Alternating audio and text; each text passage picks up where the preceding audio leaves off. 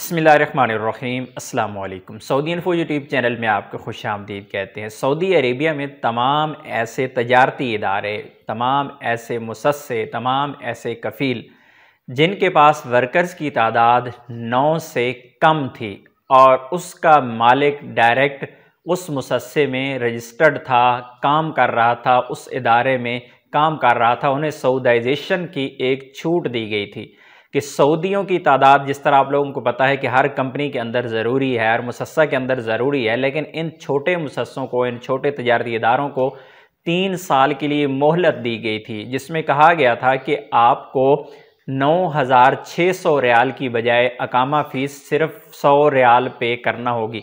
और इससे तमाम जो सऊदी शहरी थे वो फ़ायदा उठा रहे थे।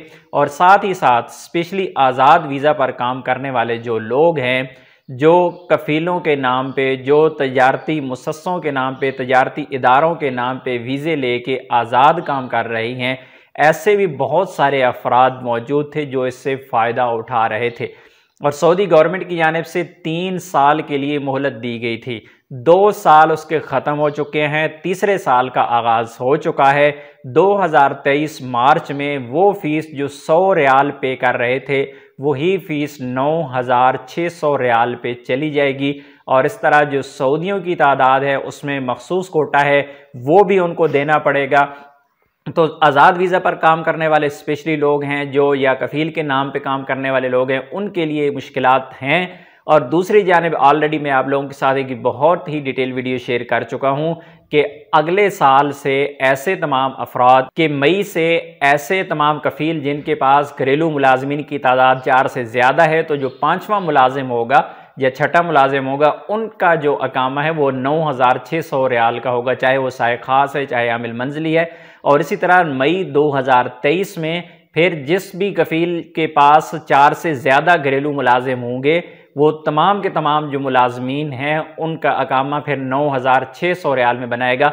और ये सारी मुश्किलात कफ़ील के लिए, ज़ाहिर है कफ़ील का मंथली का सिस्टम ख़त्म होगा, कफ़ील को वो नुकसान होगा। और जो आज़ाद वीज़ा पे काम करने वाले लोग हैं, जो अपना 600-700 रियाल में अपना अकामा बना लेते थे, उनको भी मुश्किलात का सामना होगा। और स्पेशली जो आज़ाद वीज़ा पे हैं और अपने कारोबार कर रही हैं, आप छोटे मोटे किसी दुकान पे काम कर रही हैं, आपका बकाला है, आप मगसला का काम कर रहे हैं, आप तंदूर का काम कर रही हैं, तो जितने भी आपके काम हैं वो बहुत ज़्यादा मुतासिर होंगे।